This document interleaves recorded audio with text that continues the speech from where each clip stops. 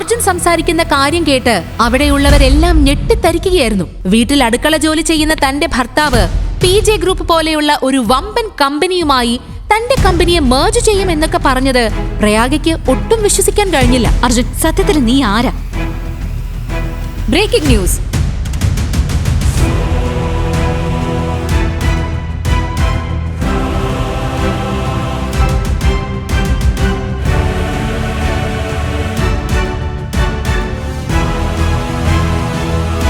നിനക്കൊരു പ്രശ്നം വരുമ്പോ, നമ്മുടെ കമ്പനിക്കൊരു പ്രശ്നം വരുമ്പോ വേറെ ആരും കൂടെ നിന്നില്ലെങ്കിലും അർജുൻ നിന്റെ കൂടെ നിൽക്കും. അർജുന് നിന്നെ സഹായിക്കാൻ കഴിയും.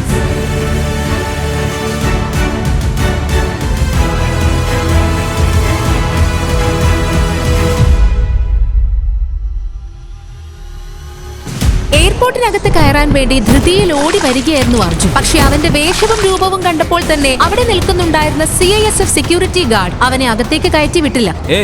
എങ്ങോട്ടേ ഓടിക്കയറി പോകുന്നേ? സർ, അരമണിക്കൂറിനുള്ളിൽ US-ലേക്കുള്ള എന്റെ ഫ്ലൈറ്റ് പുറപ്പെടും. Please sir. അതൊന്നും പറ്റില്ല.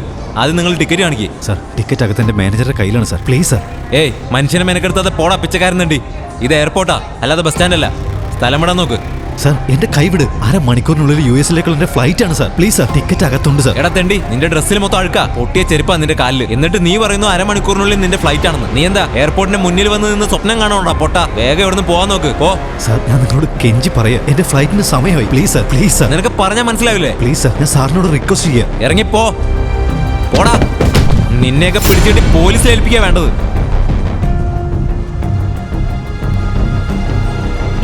ഹലോ. പെട്ടെന്നായിരുന്നു നഗരത്തിലെ സമ്പന്ന കുടുംബത്തിലെ അംഗവും അർജുന്റെ ഭാര്യയുമായ പ്രയാഗ അവിടേക്ക് വന്നത്. അർജുനെ സെക്യൂരിറ്റി പിടിച്ചു തള്ളിയിടുന്നത് പ്രയാഗ ഞെട്ടലോടെ നോക്കി നിന്നു. അർജുനും പ്രയാഗയും പേരിന് മാത്രം ഭാര്യ ഭർത്താക്കന്മാരായി കഴിയുന്നവരായിരുന്നു അവർ. കാരണം അവരുടെ കല്യാണം പ്രയാഗയുടെ മുത്തശ്ശന്റെ നിർബന്ധം കൊണ്ട് മാത്രം നടന്നതായിരുന്നു. അതിനുശേഷം അർജുൻ പ്രയാഗയുടെ വീട്ടിൽ ഒരു വേലക്കാരനെ പോലെയും കാവൽക്കാരനെയും പോലെ മാത്രമായിരുന്നു ജീവിച്ചത്. മിസ്റ്റർ സെർവൻ, നീ ഇവിടെ എന്ത് ചെയ്യാനാടാ വന്നത്? നിനക്കറിയില്ലേ, ഇന്നിവിടെ എനിക്ക് വളരെ വേണ്ടപ്പെട്ട ഒരു ഇൻവെസ്റ്റർ വരുന്നുണ്ടെന്നും അയാളെ വെൽക്കം ചെയ്യാൻ എനിക്കിവിടെ വരണമെന്നും. എനിക്ക് നിന്റെ ഈ തമാശ കണ്ട് നിൽക്കാനൊന്നും സമയമില്ല. നീ ഇവിടെ എന്തിനു വന്നതായാലും ശരി, പെട്ടെന്ന് തന്നെ അത് ഉപേക്ഷിച്ച് ഇവിടെ നിന്ന് പോവാൻ നോക്ക്, ഇപ്പൊ തന്നെ. പ്രയാഗ, എനിക്ക് എമർജൻസി ആയിട്ട് അമേരിക്കയിൽ പോയേ പറ്റൂ. എന്റെ ടിക്കറ്റ് അകത്താണ്. എനിക്ക് അകത്ത് കടന്നേ പറ്റൂ. പ്ലീസ്, നീ എന്നെ എങ്ങനെയെങ്കിലും സഹായിക്കേ പ്ലീസ്. How dare you! അനുവാദം ഇല്ലാതെ എന്റെ ദേഹത്തെ കൈവച്ച നീ വിവരം അറിയും. നീ അമേരിക്കയിൽ പോവാണല്ലേ? നീ എന്നോട് അമേരിക്കയുടെ സ്പെല്ലിംഗ് ഒന്ന് പറഞ്ഞേ. ഒരു തവണ എനിക്ക് വേണ്ടി ഒന്ന് പറ. നിനക്കൊക്കെ ആരാടാ അമേരിക്കയ്ക്കുള്ള ടിക്കറ്റ് തന്നത്? അർജുൻ സ്ട്രീറ്റിൽ തട്ടുകട നടത്തുന്ന ഒരു സാധാരണക്കാരനായിരുന്നു. അവന് അമേരിക്കയിൽ എന്താണ് കാര്യം? വാ മൂടി കെട്ടി ഓഫീസിലേക്ക് ചെല്ല്. എന്നിട്ട് ഞാൻ കൊണ്ടുവരുന്ന ഇൻവെസ്റ്റേഴ്സിനെ വേണ്ട ഭക്ഷണം തയ്യാറാക്ക്. ഈ രാജ്യം വിട്ട് പോകുന്നത് പോയിട്ട് നിനക്ക് നിന്റെ വീടോ ഈ സിറ്റിയോ വിട്ട് പോകുന്നതിന് മുമ്പ് പോലും 100 തവണ ആലോചിക്കണം. 100 പേരോട് ഇരക്കണം. എന്തെങ്കിലും മണ്ടത്തരം കാണിച്ച ആൾക്കാരുടെ മുന്നിൽ എന്നെ അപമാനിക്കാനാണ് നിന്റെ പ്ലാനെങ്കിൽ ഞാൻ നിന്നെ വെറുതെ വിടില്ല, ഓർത്തോ? പ്ലീസ്. ഞാൻ നിന്നോട് അവസാനമായിട്ട് പറയാം. പ്രയാഗ, എനിക്ക് എമർജൻസി ആയിട്ട് പോവേണ്ടതുകൊണ്ടാ. Please help me. അപ്പോഴാണ് പ്രയാഗയുടെ ബിസിനസ് പാർട്ട്ണർ ഋഷി അവിടേക്ക് വന്നത്. എന്തിനാ ഈ പിച്ചക്കാരനോടൊക്കെ സംസാരിച്ച സമയം കളയുന്നത്? ഒരു 50 രൂപ കൊടുത്ത് പറഞ്ഞു വിടാൻ നോക്കുവിനേക്ക. സൂക്ഷിച്ച് സംസാരിക്കണം. ഇതെന്റെ ഭാര്യ, മനസ്സിലായോ നിനക്ക്? എന്ത്? ഇവനിതെന്താ ഈ പറയുന്നത്? ഇവൻ നിന്റെ ഹസ്ബൻഡ് ആണെന്ന്? ഋഷിയുടെ മുന്നിൽ വെച്ച് അർജുൻ പെട്ടെന്ന് അങ്ങനെ പറഞ്ഞതും പ്രയാഗ ഒന്ന് പരിങ്ങി. എന്നാൽ അധികം വൈകാതെ തന്നെ വളരെ കൂളായി പ്രയാഗ സംസാരിച്ചു തുടങ്ങി. കമോൺ ഋഷി, നീ എന്താ തമാശ പറയാണോ? നീ ഇവനൊന്ന് ശരിക്കും നോക്കിയേ, അവന്റെ ഡ്രസ്സ് നോക്കിയേ. എനിക്ക് ഇവന്റെ അടുത്ത് നിൽക്കാൻ തന്നെ അറപ്പാവുന്നു. പക്ഷെ ഇവൻ പറയുന്നത് ഞാൻ ഇവന്റെ ഭാര്യയാണെന്ന്. കുറച്ച് കാശിന് വേണ്ടി എന്നും വിളിച്ചു പറയുന്ന ഒരുത്തനാണെന്ന് തോന്നുന്നു. അതിനായിരിക്കും ഇവിടെ തന്നെ നിൽക്കുന്നത്. പക്ഷെ ഈ കോലത്തിലുള്ള ഒരുത്തന് ഒരിക്കലും എന്റെ ഭർത്താവാകാൻ കഴിയില്ല എന്നത് ഇവൻ ഇപ്പോഴും മനസ്സിലാക്കുന്നില്ലല്ലോ. അത് കേട്ടതും അർജുന്റെ മനസ്സിലേക്ക് ഓടി വന്നത് പ്രയാഗയെ ആദ്യമായി സിറ്റി ഹോസ്പിറ്റലിൽ നിന്നും കണ്ട നിമിഷമായിരുന്നു. തന്റെ അമ്മയുടെ ചികിത്സയ്ക്ക് വേണ്ടി സിറ്റി ഹോസ്പിറ്റലിൽ വന്നതായിരുന്നു അർജുൻ. അപ്പോഴാണ് അവൻ അവളെ കണ്ടത്. ധനികയായ സുന്ദരിയായ ഒരു പെൺകുട്ടി. അവളെ കണ്ടാൽ തന്നെ ഒന്നിനും ഒരു കുറവില്ലെന്ന് മനസ്സിലാവും. എന്നിട്ടും അവൾ അവളുടെ വിലപ്പെട്ട സമയം കളഞ്ഞ് ദിവസവും അവിടെയുള്ള ക്യാൻസർ പേഷ്യൻസിനെ കാണാൻ വരുമായിരുന്നു.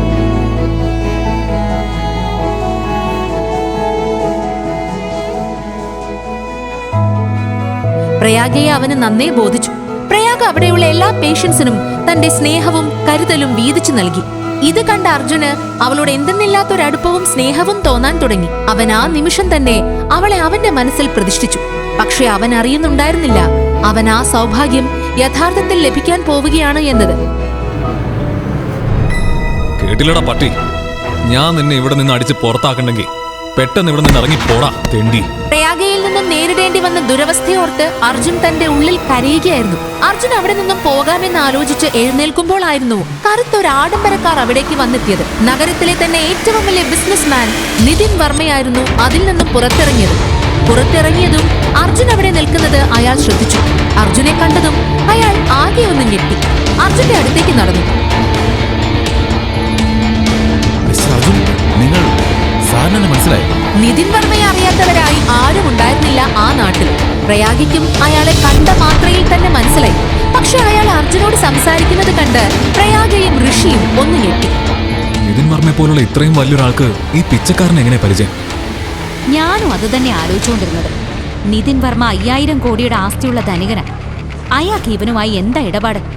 എനിക്ക് ഉറപ്പാ ഇവൻ അയാളുടെ ഡ്രൈവർ ആയിരിക്കും. ഹലോ, നിങ്ങൾ പെട്ടെന്നൊന്ന് ഇങ്ങോട്ട് വരും, ഇമ്മീഡിയറ്റ്ലി. നിതിൻ വർമ്മയോട് ഇരുന്ന് അവൻ എയർപോർട്ടിനകത്തേക്ക് പോയിട്ടുണ്ട്. പക്ഷെ അകത്ത് പോയി അവൻ എന്താ ചെയ്യാന്ന് മനസ്സിലാവാതെ.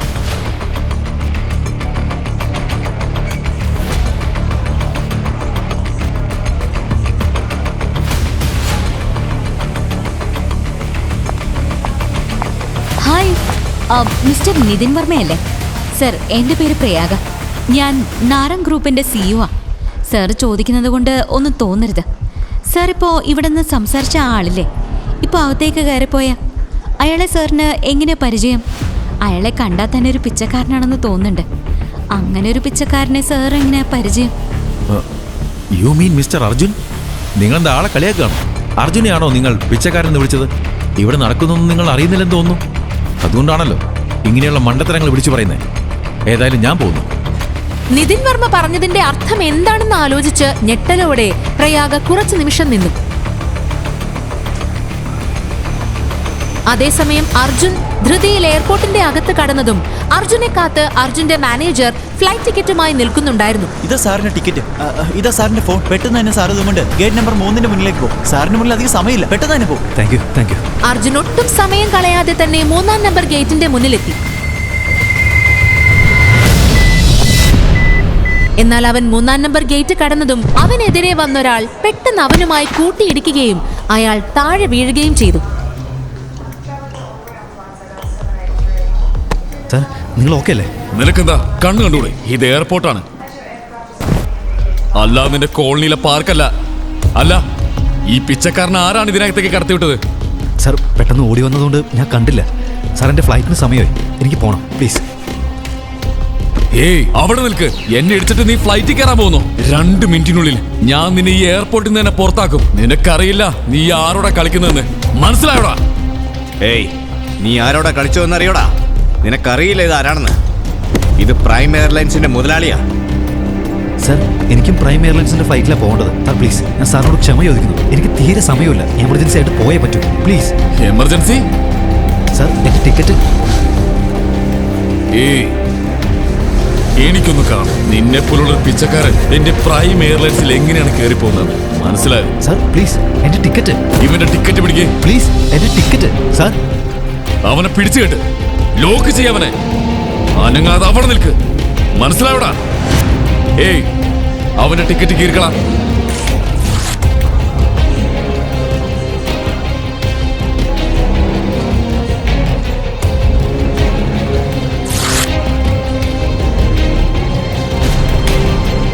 നിനക്കൊക്കെ ഇത് ഇവിടെ ഇരുന്ന് കണ്ടു നിൽക്കാനേ പറ്റൂ. വാ, നമുക്ക് പോവാം. തന്റെ ടിക്കറ്റ് കീറിക്കളഞ്ഞു എന്ന് തിരിച്ചറിഞ്ഞതും അർജുന്റെ ഭാവം മാറി. അർജുൻ തന്റെ മുഖമുയർത്തി. അതുവരെയില്ലാത്ത ഒരാത്മബലത്തോടെ രാകേഷ് വർമ്മയുടെ ബോഡി ഗാർഡുകളെ അർജുൻ കുടഞ്ഞെറിഞ്ഞു.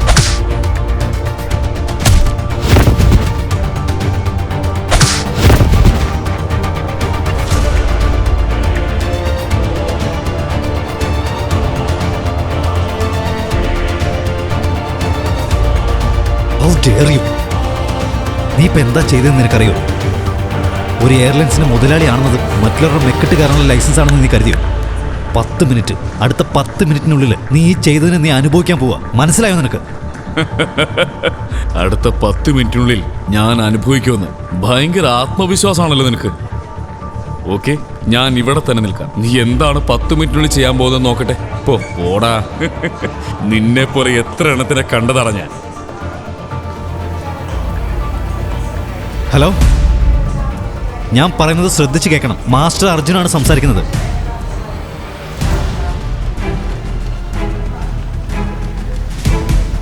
യാത്രക്കാരുടെ പ്രത്യേക ശ്രദ്ധയ്ക്ക് പ്രൈം എയർലൈൻസിന്റെ സേവനം താൽക്കാലികമായി റദ്ദ് ചെയ്യപ്പെട്ട വിവരം നിങ്ങളെ ഏവരെയും വ്യസന സമേതം അറിയിക്കുന്നു. ഇതിനെ തുടർന്ന് യാത്രക്കാർക്കുണ്ടാകുന്ന ബുദ്ധിമുട്ടിൽ ഞങ്ങൾ ഖേദം പ്രകടിപ്പിക്കുന്നു. മിസ്റ്റർ, അതോറിറ്റി, ഞാൻ അനുവാദം കൊടുക്കാതെ, എന്നെ മുൻകൂട്ടി അറിയിക്കാതെ എങ്ങനെ ഈ ഫ്ലൈറ്റ് ക്യാൻസൽ ചെയ്യാൻ പറ്റും? സർ, ഞങ്ങൾക്ക് മുകളിൽ നിന്നും ഓർഡർ വന്നുകൊണ്ട് ഓർഡർ? സാറിന്റെ ലൈസൻസ് ക്യാൻസൽ ചെയ്യണമെന്നാണ് ആ ഓർഡർ. പ്രൈം എയർലൈൻസിന് ഇനി മുതൽ ലൈസൻസ് ഇല്ല എന്നാണ് മുകളിൽ നിന്ന് ലഭിച്ച ഓർഡർ. കൂടുതൽ കാര്യങ്ങൾ എനിക്ക് മുകളിലുള്ളവർ സാറിനോട് സംസാരിക്കും.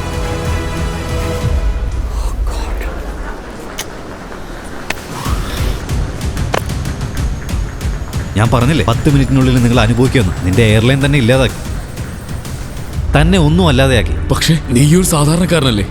നിനക്ക് എങ്ങനെ ചെയ്യാൻ കഴിഞ്ഞു? ഞാൻ കോടികളുടെ ആസ്തിയുള്ള ആളാണ്. എന്റെ കയ്യിൽ പവറുണ്ട്. അങ്ങനെ ഒരു എയർലൈൻ കമ്പനിയെ പെട്ടെന്ന് നിരോധിക്കണമെങ്കിൽ പ്രധാനമന്ത്രിയുടെ പ്രത്യേക ഓർഡർ അടക്കം വേണം. പക്ഷെ ഒരൊറ്റ കോൾ കൊണ്ട് നീ എങ്ങനെ? ഇപ്പം നിന്റെ എയർലൈൻ മാത്രമേ ബാൻ ചെയ്തിട്ടുള്ളൂ. പക്ഷെ നീ നിന്റെ ഫ്രോഡ് പണി ചെയ്തുണ്ടാക്കിയ കള്ളപ്പണമില്ലേ സ്വിസ് ബാങ്കിൽ നിക്ഷേപിച്ചത്? എന്താ മറന്നുപോയോ? എന്നാ അത് നീ മറന്നേക്ക്.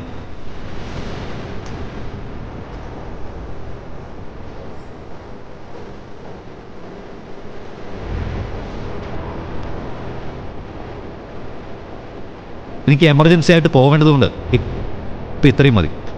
നീ എൻ്റെ കൈ അകലത്ത് തന്നെ കണ്ടാ താൻ വിവരം അറിയും.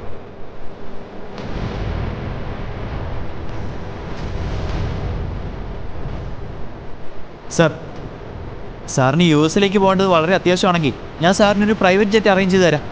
നമുക്കിപ്പോൾ തന്നെ പോവാം. Private jet? അപ്പോ അതിനർത്ഥം ഇവനൊരു സാധാരണക്കാരനല്ല, ഇവൻ വളരെ പവർഫുൾ ആയ ആരോ ആണ്. ഒന്ന് നിൽക്ക്, നിന്റെ പേരെന്താണ്?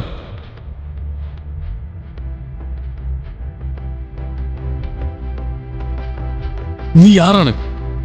ഓഗോ, സോറി എന്നോട് ക്ഷമിക്കൂ സാർ. എനിക്ക് സാറിനെ മുൻപ് മനസ്സിലായിരുന്നെങ്കിൽ ഞാൻ തീർച്ചയായും ഞാൻ തന്നെ നിങ്ങൾക്ക് വേണ്ടി ഒരു പ്രൈവറ്റ് ജെറ്റ് അറേഞ്ച് ചെയ്ത് തന്നെ. Please forgive me sir. പിന്നെ ഞാനിനി ഒരിക്കലും ഈ തെറ്റ് ആവർത്തിക്കില്ല. നിന്റെ എയർലൈൻസ് പോലും ഇനി ഇല്ലല്ലോ, പിന്നെ എങ്ങനെ നിനക്ക് ഈ തെറ്റ് ആവർത്തിക്കാൻ പറ്റും? സാർ,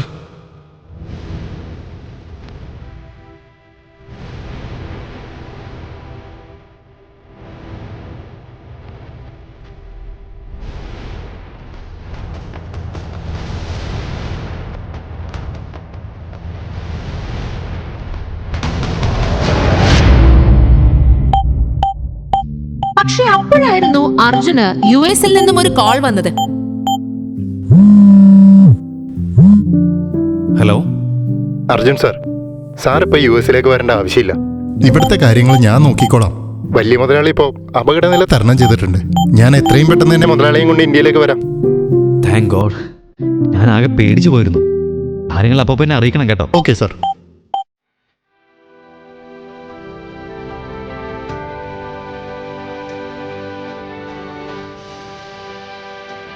ടെൻഷൻ ഒഴിഞ്ഞ ആശ്വാസത്തിൽ അർജുൻ ഉടനെ തന്നെ തന്റെ ഭാര്യയുടെ വീടായ നരംഗ് മാൻഷനിലെത്തി. അർജുൻ അവിടെ സ്ഥിരമായി ചെയ്യുന്ന പോലെ ചുറ്റും നടക്കുന്ന മറ്റു കാര്യങ്ങളൊന്നും ശ്രദ്ധിക്കാതെ തന്റെ ഭാര്യയ്ക്ക് ഭക്ഷണവും കൊണ്ട് അവളുടെ ഓഫീസിലേക്ക് പോയി. ഗുഡ് മോർണിംഗ് ഉമ്മ മാഡം. ഇന്ന് നിങ്ങളെ കാണാൻ വളരെ ഭംഗിയുണ്ടല്ലോ. Good morning madam.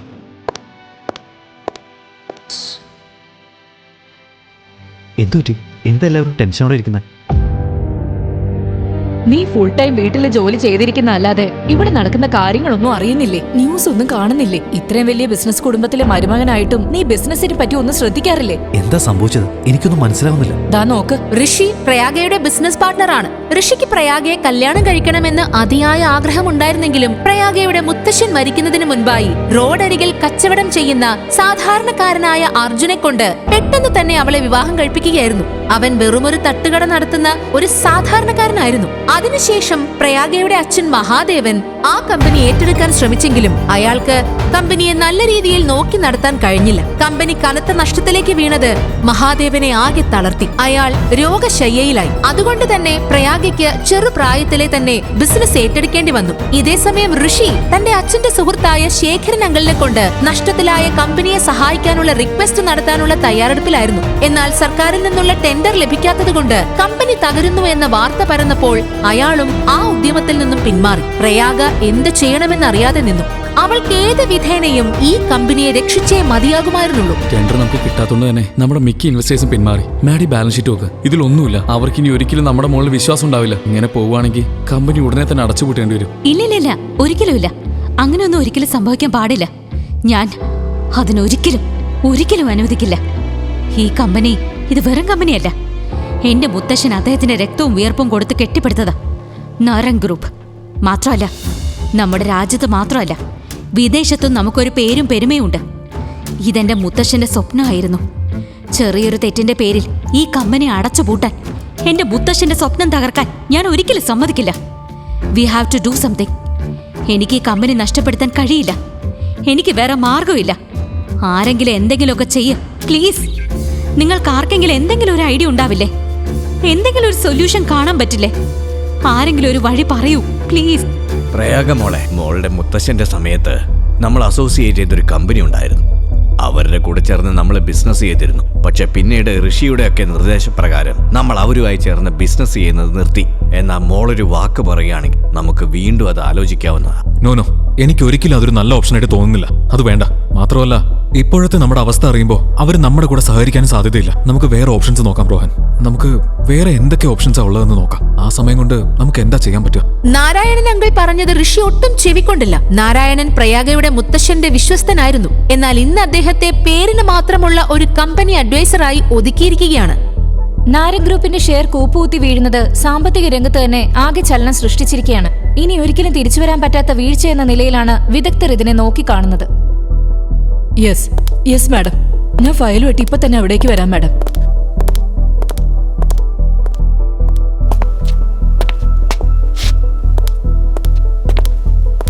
പ്രയാഗ എവിടെ ഉള്ളത്? അർജുൻ, നീ വേഗം വീട്ടിലേക്ക് വെക്കോ. എനിക്ക് അർജന്റായിട്ട് ഈ ഫയൽ മാഡത്തെ ഏൽപ്പിക്കാനുള്ളതാ. മാഡം, എനിക്ക് എത്രയും പെട്ടെന്ന് തന്നെ പ്രയാഗയെ കണ്ടേ പറ്റൂ. അത്രയ്ക്ക് അത്യാവശ്യമുള്ള ഒരു കാര്യത്തിന് പ്ലീസ്. അർജുൻ, വേഗം വീട്ടിൽ പോവാൻ നോക്ക്. മേഡം എങ്ങോട്ടാ പോകുന്നത്? മീറ്റിംഗ് റൂമിലേക്ക്. ഉമ മീറ്റിംഗ് റൂമിനകത്തേക്ക് പോയതും അവരുടെ പിന്നാലെ തന്നെ അർജുനും ആ റൂമിന്റെ അകത്ത് കടന്നു. എന്നാൽ അർജുനെ അവിടെ കണ്ടതും അവിടെ ഇരുന്നവരുടെ മുഖം മാറി. അവർക്കാർക്കും അതിഷ്ടപ്പെട്ടില്ല. പ്രയാഗ, നിന്റെ ഇപ്പോഴത്തെ പ്രശ്നത്തെ പറ്റി ഒരു കാര്യം എനിക്ക് നിന്നോട് സംസാരിക്കാനുണ്ട്. അത്യാവശ്യം. അർജുൻ, ഞാൻ ആകെ ടെൻഷനില്ല. എനിക്ക് ഈ മീറ്റിംഗ് വളരെ പ്രധാനപ്പെട്ടതാ. നിന്നോട് തമാശ പറഞ്ഞിരിക്കാൻ എനിക്കിപ്പോ സമയമില്ല. വേഗം പോവാൻ നോക്ക്. വെറും 5 മിനിറ്റ് മാത്രം മതി പ്രയാഗ. വെറും 5 മിനിറ്റ്. നിന്റെ ഇത്തരം ലൂസ് ടോക്കിന് തരാൻ എന്റെ കയ്യിൽ 5 മിനിറ്റ് ഇല്ല. 5 മിനിറ്റിനുള്ളിൽ നിന്റെ പ്രശ്നത്തിന്റെ പരിഹാരം ഞാൻ കണ്ടെത്തി തരാം. ഇവിടെ മീറ്റിംഗ് നടക്കുക. സ്വന്തം നിലയും വിലയും ഓർക്കാതെ കേറി വന്നത് കണ്ടില്ലേ തെണ്ടി. ഓ, ഇനി മേല കമ്പനി കാര്യങ്ങളിൽ ചുമ്മാ കയറി എന്തെങ്കിലും അഭിപ്രായം പറഞ്ഞാലുണ്ടല്ലോ. ഓടാ.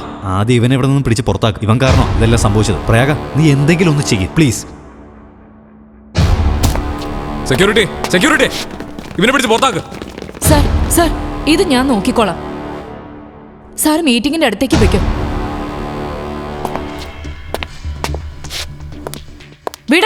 വിട്. മാഡം, സാർ ഇയാളെ പിടിച്ച് പുറത്താക്കാനാ പറഞ്ഞു. ഇദ്ദേഹത്തെ വിടാനാ ഞാൻ പറഞ്ഞത്. നിങ്ങളെന്താ ഒരു കള്ളനെ പിടിച്ചു കിട്ടിയ പോലെ? ഇത് പ്രയാഗ മാഡത്തിന്റെ ഹസ്ബൻഡാ, നാരങ് ഗ്രൂപ്പിന്റെ അവകാശികളിൽ ഒരാള്. എന്താ അത് നിങ്ങൾ മറന്നുപോയോ? Thank you madam. മാഡം ഉള്ളതുകൊണ്ടാണ് ഈ കമ്പനി ഇങ്ങനെയെങ്കിലും മുന്നോട്ട് പോകുന്നത്. 5 മിനിറ്റിനുള്ളിൽ നിന്റെ പ്രശ്നത്തിന്റെ പരിഹാരം ഞാൻ കണ്ടെത്തി തരാം. അർജുൻ അകത്തു നിന്നും പറഞ്ഞ കാര്യം ഓർമ്മ വന്ന ഉമാ മാഡം അർജുനെയും കൊണ്ട് ഓഫീസിന്റെ മുകളിലേക്ക് പോയി. അർജുൻ, നീ എന്താ അകത്തു നിന്ന് ഓരോന്ന് പറഞ്ഞുകൊണ്ടിരുന്നത്? നിനക്ക് കമ്പനിയെ രക്ഷിക്കാൻ കഴിയുമെന്നോ? എങ്ങനെ? കമ്പനിയെ എങ്ങനെ രക്ഷിക്കാൻ കഴിയുന്നതിനെ പറ്റി ഇപ്പൊ എനിക്ക് നിങ്ങളോട് തുറന്നു പറയാൻ പറ്റില്ല മാഡം. പക്ഷേ എനിക്ക് മാഡത്തിന്റെ കയ്യിൽ നിന്നും ചില ഹെൽപ്പ് ആവശ്യമുണ്ട്. എനിക്ക് കമ്പനിയെ കുറിച്ച് കുറച്ച് ഡീറ്റെയിൽസ് വേണം. എന്ത് ഡീറ്റെയിൽസ്? എനിക്ക് ഷെയർ ഹോൾഡേഴ്സിനെ പറ്റിയും ഇൻവെസ്റ്റേഴ്സിനെ പറ്റിയുള്ള ഡീറ്റെയിൽസ് വേണം. പിന്നെ ബാലൻസ് ഷീറ്റ് കാണണം. ബാക്കി കാര്യങ്ങൾ അത് കഴിഞ്ഞ ശേഷം പറയാം. അകത്ത് എന്ത് തന്നെ നടന്നാലും അവിടെയുള്ള ഒരു സ്റ്റാഫ് നിന്നെ സഹായിക്കാൻ തയ്യാറാവുമെന്ന് എനിക്ക് തോന്നുന്നില്ല. പക്ഷെ ഒരാളുണ്ട്, അയാൾക്ക് ഒരുപക്ഷെ നിങ്ങളെ സഹായിക്കാൻ കഴിഞ്ഞേക്കും. പക്ഷേ നിനക്കത് ഓക്കെ ആണെങ്കിൽ മാത്രം. ആരാള്? Narayanan sir. I think he can help you. അദ്ദേഹം പ്രയാഗയുടെ മുത്തച്ഛന്റെ വളരെ അടുത്ത ആളായിരുന്നു. പക്ഷേ എപ്പോ ഋഷിയാവോ ഓഫീസിൽ കാലുകുത്തിയോ അന്ന് തൊട്ട് അവൻ അദ്ദേഹത്തെ ഒതുക്കി. അദ്ദേഹം ഒരു ചെയിൻ സ്മോക്കറാ. ഓരോ മണിക്കൂറിലും അദ്ദേഹം ഇവിടേക്ക് പുക വലിക്കാൻ വേണ്ടി വരും. നീ അദ്ദേഹത്തെ കാത്ത് ഇവിടെ തന്നെ നിന്നോ. എങ്ങനെയെങ്കിലും അദ്ദേഹത്തോട് സംസാരിക്കാൻ ശ്രമിക്കൻ, കൺവിൻസ് ചെയ്യാൻ ശ്രമിക്കൻ. ഞാൻ തിരിച്ചു പോട്ടെ, ഒത്തിരി ജോലി ബാക്കിയുണ്ട്. ഓക്കെ. അർജുൻ അവിടെ തന്നെ നാരായണൻ സാർ വരുന്നത് നോക്കി നിന്നു. അതേസമയം തന്നെ അർജുൻ തന്റെ ഫോണിലായി ആരെയോ വിളിക്കുകയും ചെയ്യുന്നുണ്ടായിരുന്നു.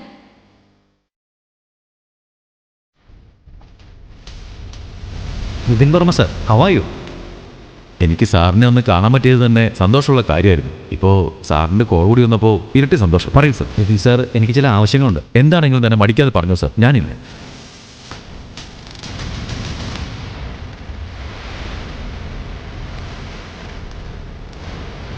സാർ, ഞാൻ പറഞ്ഞതുപോലെ തന്നെ ചെയ്യും. എന്നിട്ട് എന്നെ വിളിക്കും. ശരി, ബൈ.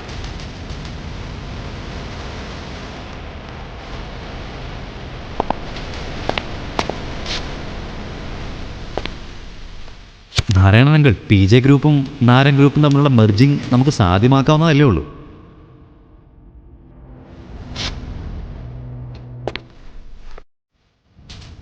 PJ ഗ്രൂപ്പ് നിനക്കെങ്ങനെയാ ഈ വിവരങ്ങളൊക്കെ അറിയുക? PJ ഗ്രൂപ്പ് മുമ്പ് നമ്മൾ അസോസിയേറ്റ് ചെയ്തിരുന്ന കമ്പനിയാ. നിനക്കിതിനെ പറ്റിയൊക്കെ എന്തറിയാം? എന്നാൽ അതിനുശേഷം അർജുൻ സംസാരിച്ച കാര്യങ്ങൾ കേട്ട് നാരായണൻ അക്ഷരാർത്ഥത്തിൽ ഞെട്ടുകയായിരുന്നു. ഉടൻ തന്നെ തന്റെ സിഗരറ്റ് തിരികെ വെച്ച് നാരായണൻ അർജുനെയും കൊണ്ട് കോൺഫറൻസ് റൂമിലേക്ക് പോയി. ഈ പിച്ചക്കാരൻ തണ്ടി വീണ്ടും എന്തിനാ ഇവിടേക്ക് കൂട്ടിക്കൊണ്ടുവന്ന്? സൂക്ഷിച്ച് സംസാരിക്കുക ഋഷി.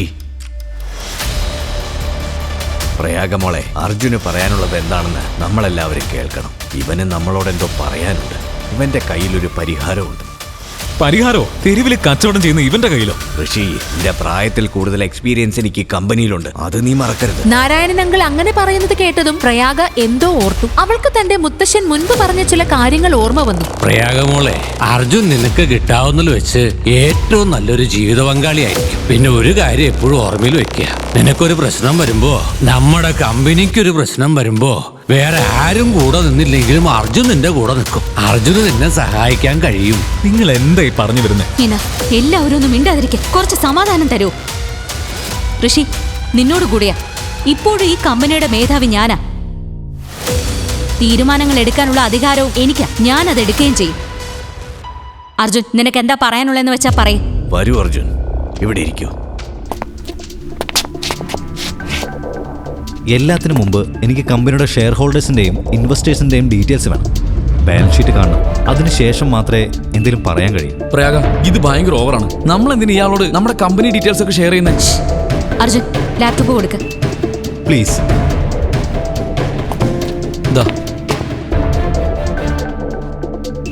പ്രയാഗ, നീ പട്ടിക്കൊക്കെ. ഋഷി, നിന്റെ ബോസിന്റെ ഹസ്ബൻഡിനെ കുറിച്ചാ ഇങ്ങനെയൊക്കെ സംസാരിക്കുന്ന കാര്യം നീ മറന്നു പോരുത്. ഇനി ഒരു തവണ കൂടി നീ ഇങ്ങനെ സംസാരിക്കാൻ ഇടവരരുത്, മനസ്സിലായോ? 2 വർഷം മുൻപായിരുന്നു ഇത്രയും കരുതലുള്ളൊരു പ്രയാഗയെ അർജുൻ അവസാനമായി കണ്ടത്. പ്രയാഗയുടെ സംസാരം കേട്ടതും അർജുന്റെ മുഖം വിടർന്നു. അർജുൻ, കണ്ടിന്യൂ ചെയ്തോളൂ. ബാലൻസ് ഷീറ്റിലെ ചില ട്രാൻസാക്ഷൻസിൽ എനിക്ക് ചില സംശയങ്ങളുണ്ട്. ഇൻവെസ്റ്റേഴ്സ് ഈ രീതിയിൽ കമ്പനിയിൽ നിന്ന് പോകുന്നതിന് മൊത്തത്തിൽ ഒരു അസ്വാഭാവികതയുണ്ട്. എവിടെയോ എന്തൊക്കെയോ ചില പ്രശ്നങ്ങളുണ്ട്. ഇവൻ എന്തൊക്കെയാ പറയുന്നത്? വായിൽ തോന്നുന്നത് എന്തോ അങ്ങോട്ട് വിളിച്ചു പറയാനാണോ? ചുമ്മാ ഓർന്ന് വിളിച്ച് പറയാൻ നിൽക്കരുത്. നഷ്ടപ്പെട്ട ഷെയർ എങ്ങനെ തിരിച്ചു പിടിക്കാന്ന് പറ. നമ്മൾ നമ്മുടെ കമ്പനിയുടെ മുഴുവൻ ഷെയറുമാണ്. സിമ്പിൾ. അടിപൊളി. ഇതുവരെ ആരും പറയാതെ കിടിലൻ ഐഡിയ. നീ എന്താണ് വിചാരിച്ചു വെച്ചിരിക്കുന്നത്? രോഹൻ, അല്ല, ഇവരെന്താ വിചാരിച്ചു വെച്ചിരിക്കുന്നത്? നമുക്കെന്താ ആ വഴിയെ പറ്റി അറിയാനാണോ? ദേഷ്യപ്പെടാതെ അർജുൻ. നമ്മുടെ കയ്യില് എവിടെ നിന്ന് അത്രയും പണം? ഒരു മിനിറ്റ്, വെറും 1 മിനിറ്റ്. ഇത്രയും പറഞ്ഞുകൊണ്ട് അർജുൻ അവിടെ നിന്നും എഴുന്നേറ്റു.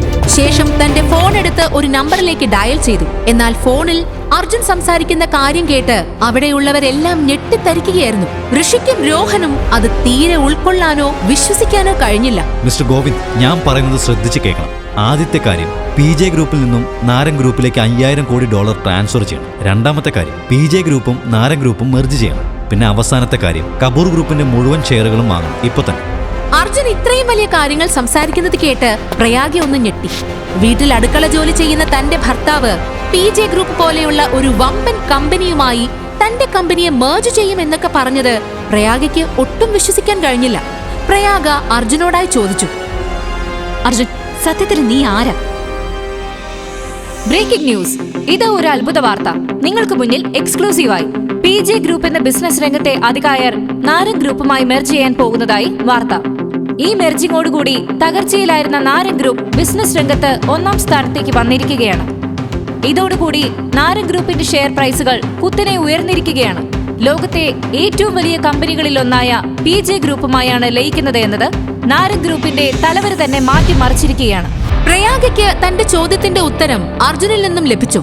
യഥാർത്ഥത്തിൽ എന്തൊക്കെ രഹസ്യങ്ങളാണ് അർജുന് പിന്നിൽ മറഞ്ഞിരിക്കുന്നത്? PJ ഗ്രൂപ്പും അർജുനും തമ്മിലുള്ള ബന്ധം എന്താണ്? റോഡരികിൽ കച്ചവടം ചെയ്യുന്ന സാധാരണക്കാരനായ അർജുൻ നരംഗ് ഗ്രൂപ്പിന് ഒരു നിമിഷം കൊണ്ട് $5000 കോടി ട്രാൻസ്ഫർ ചെയ്തിരിക്കുന്നത്. തെരുവിൽ കച്ചവടം ചെയ്യുന്ന ഒരു സാധാരണക്കാരന് എങ്ങനെയാണ് ലോകത്തിലെ ഏറ്റവും വലിയ കമ്പനികളിൽ ഒന്നായ PJ ഗ്രൂപ്പിനെ നരംഗ് ഗ്രൂപ്പുമായി മെർജ് ചെയ്യാൻ സാധിച്ചത്?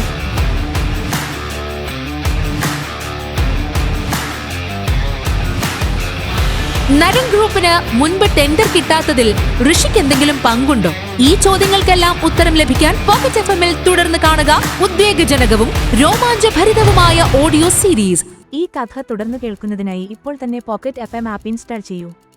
Link in description.